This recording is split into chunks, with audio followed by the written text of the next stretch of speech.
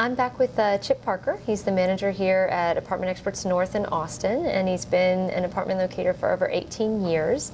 We're doing a series on qualifying and the process that apartments take to verify you as an applicant for their property. In the previous post, we talked about the first component of qualifying, which is employment and income verification. And there's a link to it in this post if you'd like to go back and look at that a little closer. And we also discussed the fact that the reason that apartments go through the screening process is because they need to mitigate their risks and make sure that you'll be able to pay rent and not damage their property during the term of your lease.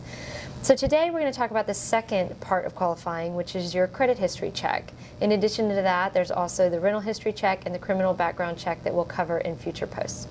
So Chip, what can you tell me about how apartments approach your credit history check? Okay, well, apartment communities actually, during the qualifying process, will pretty much always run a credit check, and it kind of lends itself to two parts. One is to kind of verify your credit check and to see how timely you pay your bills and that they do get completed, the contracts that you engage.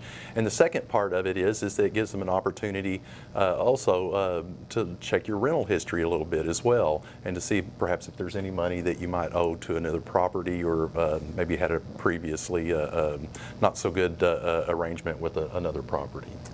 Are there any things that, that may affect your credit report less than others? Well, absolutely. Apartment communities discount some lines on there on a credit report, basically like medical bills are quite often discounted because so many people have medical bills. Also, student loans typically are discounted. Okay. What's the number one thing, though, that would actually hurt you if it was on your credit history when it comes to applying for an apartment? The number one thing that would injure your chance of getting qualified would be owing money to another apartment manager or community landlord. So that's what they look for the most? Yes. Okay. Well, if you have any issues with your credit that might be affecting a potential application, what should they do, or what's their best chance to help mitigate that?